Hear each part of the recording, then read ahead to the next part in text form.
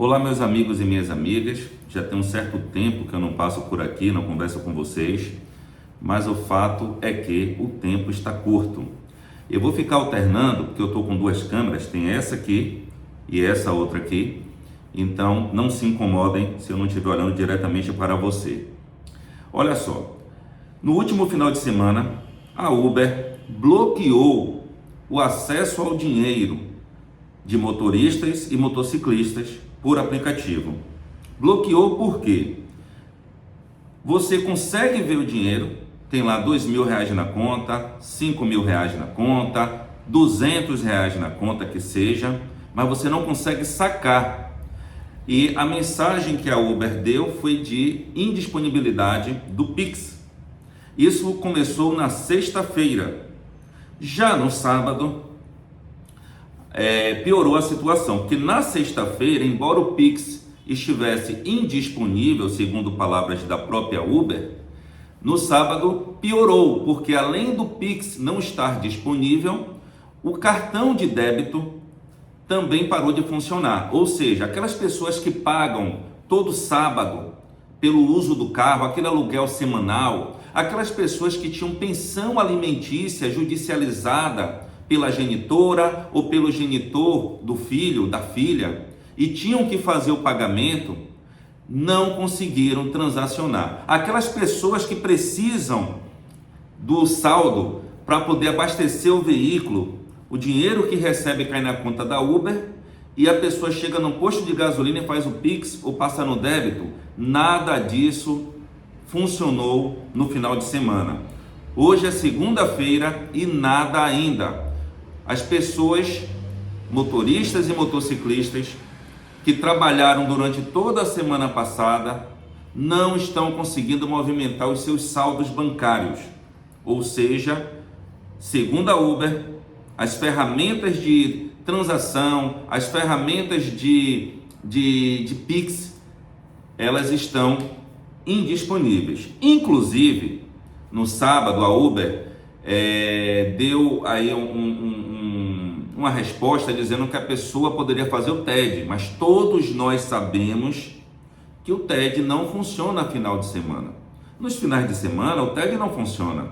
E as pessoas que tinham que pagar pelo aluguel do carro, as pessoas que tinham que fazer as compras da semana, que geralmente essas pessoas muitas vezes fazem no sábado, porque é dia de feira, no domingo pela manhã, para já deixar a semana tranquila, e o dinheiro todo ali presente na conta bancária vinculada ao cadastro do motorista, do motociclista, do parceiro Uber. E aí, como é que faz?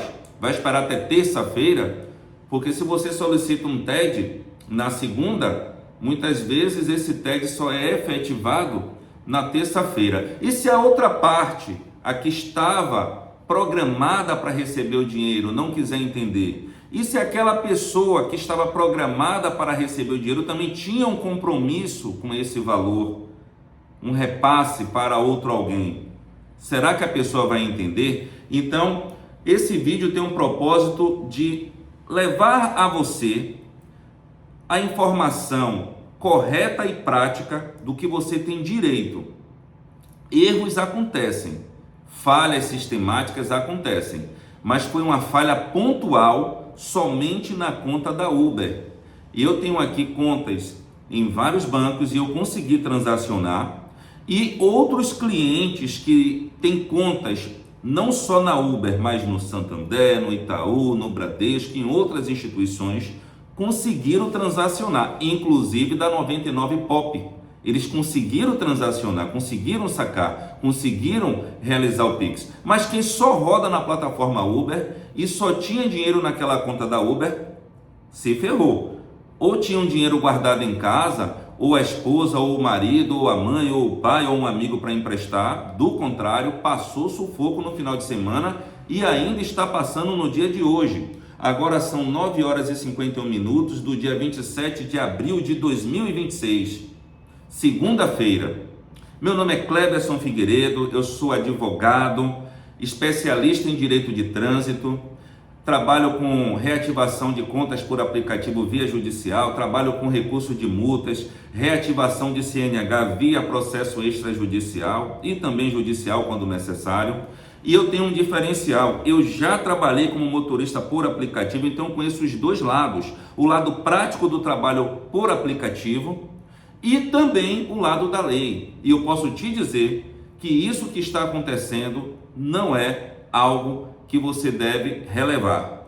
O que você deve fazer primeiramente é coletar, é acumular o máximo de provas possíveis. Você deve tirar print da conta para mostrar que tem saldo, gravar a tela numa gravação de vídeo, tentando fazer o Pix para dar lá a mensagem de indisponibilidade e printar também a tela. Você deve tentar fazer a transação no cartão de débito, num posto de gasolina, numa farmácia, num supermercado, não na sua própria máquina. Não faça isso. Não transacione o seu próprio cartão de débito ou de crédito na sua máquina. Não faça isso. Mas numa farmácia, numa padaria, no supermercado, num posto de combustível, você vai lá e tenta passar o débito, mostra o visor da máquina, filma, para poder ficar tudo registrado. Entre em contato com a central de atendimento, com o suporte da Uber, tire print de tudo, guarde os protocolos, os comprovantes de que você está sofrendo essa violação ao seu dinheiro. O dinheiro é seu, você já trabalhou. E acumulando o máximo de provas possíveis, inclusive a prova testemunhal, chame alguém para ver. Aquele cara da padaria que é o seu amigo, é aquela padaria do seu bairro, aquele cara lá que também é motorista ou motociclista por aplicativo, aquela pessoa que muitas vezes está na mesma situação que você ou que eventualmente está percebendo que você tem dificuldade para transacionar, para fazer um Pix, uma transferência daquele valor, também serve como testemunha. No vídeo você vai dizer o dia, o horário, o que está acontecendo, com palavras sutis e objetivas. Não adianta chorar, porque se você tiver que judicializar essa demanda, juiz, ele não vai ficar olhando o seu choro, ele quer saber tecnicamente o que foi que aconteceu. Você consegue provar? O dinheiro é seu, está lá o saldo, tudo certinho, então houve uma violação ao seu direito de ter a posse, de ter a conquista de um patrimônio.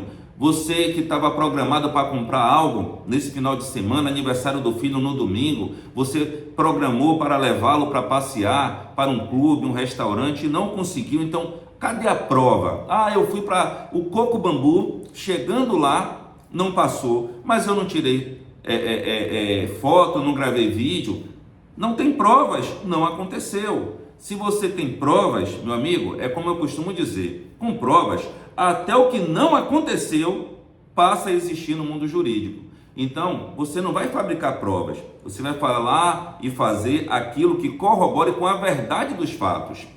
Então, para quem não sabe, né, eu já falei, eu fui motorista por aplicativo durante um certo tempo, e eu sei da perseguição que é a questão da Uber, a questão de alguns passageiros sem educação. A maioria, 99%, são ótimos, são gentis, são educados, são humildes, são pessoas excelentes. Mas uns poucos, 1% somente, é o que acaba tirando o nosso sono, nossa paz, muitas vezes você ali no trânsito. Também falando do trânsito, o trânsito caótico das cidades, das grandes cidades, das capitais. Eu sei tudo isso que você está vivendo, o que você está suportando. E para piorar a situação, quando chega no dia de você sacar o valor para pagar alguma coisa, você não consegue. O que está acontecendo?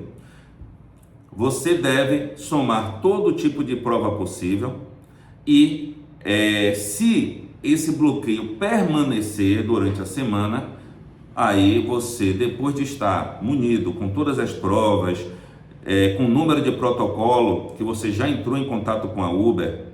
O mundo do direito não é um mundo mágico.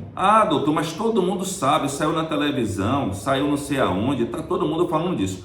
Todo mundo está falando, mas o juiz, o julgador, ele tem que ter provas, ele tem que ver pode ter 10 processos iguais, 9 com provas ganha e 1 sem prova perde. É o mesmo problema, mas sem provas aquilo não aconteceu. E aí? E o Pix não vai voltar a funcionar? Será que isso tem alguma coisa a ver com aquelas questões entre Brasil e Estados Unidos, no tocante ao que Donald Trump falou sobre os prejuízos causados pelo sistema Pix às empresas americanas, conhecidas aí, a Cielo Visa e a Mastercard, né? Então, será que isso tem alguma coisa a ver? Eu, sinceramente, acho que não. Embora a Uber seja uma multinacional de origem americana, jamais ela faria algo do tipo, porque de outra forma ela iria se prejudicar muito, muito aqui no Brasil. E ela não poderia, né, de forma inteligente, bloquear o Pix das pessoas durante um final de semana e permanecer durante a semana para fazer alguma retaliação que favoreça empresas americanas. Eu acho que não, seria uma burrice, até porque isso pode gerar muitas multas milionárias, e nós sabemos que o judiciário brasileiro não tem perdoado as irregularidades cometidas pela Uber. Inclusive, nas ações que eu tenho aqui, eu não posso falar detalhes, mas na maioria das ações que eu tenho aqui, processos em desfavor da Uber, no tocante à reativação de conta por aplicativo, os juízes fundamentam o comando de reativação, a obrigação de fazer a sentença baseada em muitos pontos, dentre eles justamente essa abusividade, esse abuso do poder econômico, essa arrogância que a Uber vem fazendo aqui no Brasil com motoristas e motociclistas em todo o país. Isso daí gera caos, porque além de você ser obrigado a trabalhar praticamente para receber migalhas, porque você recebe em torno de 40% daquilo que a Uber fatura. Ah, mas a Uber cobra 25%. Mas quando você tira imposto, isso e aquilo, dos 25% a 40% que a Uber pega, ela tira o dela líquido, os 60% que sobra, ela ainda tira mais 20% para cobrir impostos e outras despesas da corrida. Despesas burocráticas, despesas administrativas, né? Despesas tributárias. Mas a despesa prática, a despesa do posto de gasolina, do borracheiro, do cara do restaurante que você paga para almoçar, muitas vezes do aluguel do seu carro lá da Localiza, da Unida e daquela locadora particular, informal, eles esquecem. Então, dos 40% que você recebe, a cada R$100 você vai receber R$40 na sua mão, você ainda tem que tirar as suas despesas. Então, esse bloqueio vem a somar, vem a corroborar com os abusos praticados pela empresa Uber aqui no Brasil. Se foi um erro pontual, um erro do sistema, uma tentativa de fraude, é compreensível, mas eles têm que, de fato, divulgar o que realmente aconteceu e trazer solução. Você pode ingressar com ação, com demanda judicial, se isso permanecer. Não permanecendo, você já tem direito a entrar. Mas se permanecer, a abusividade ainda é maior, o risco de você ganhar. O seu direito fica evidente a cada momento, a cada minuto, a cada dia em que a Uber permanece com a posse do seu valor, do seu dinheiro, sem liberar os meios de saque. Caso o TED esteja funcionando e você consiga sacar, beleza, ótimo, tudo resolvido. Não é um dinheiro na hora, né, naquele momento, mas você vai conseguir transferir para a conta de alguém, para sua própria conta em outro banco.